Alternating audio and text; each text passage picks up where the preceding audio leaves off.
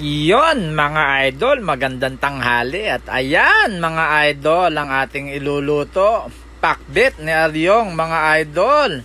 Ayan, syempre sinangkutsa ko muna yung baboy natin, kalahating kilo, at saka sinamahan natin yung buntot ng maya-maya.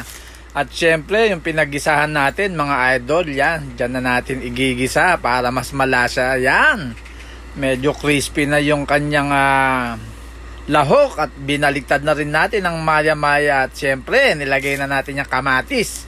Inuna natin yung medyo matitigas na gulay mga idol. Ayan ang kamote at ang palaya at ayan naman hinalo na natin. Hinango na ang ating isda mga idol. Crispy yan.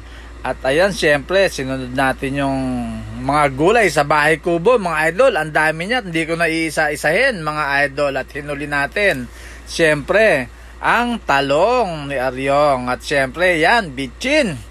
Halo ng konti, mga idol. Siguradong mapapasarap tayo ng kain. At ayan na ang finished product, mga idol. Partner yan, tatlo na yan. Maraming salamat.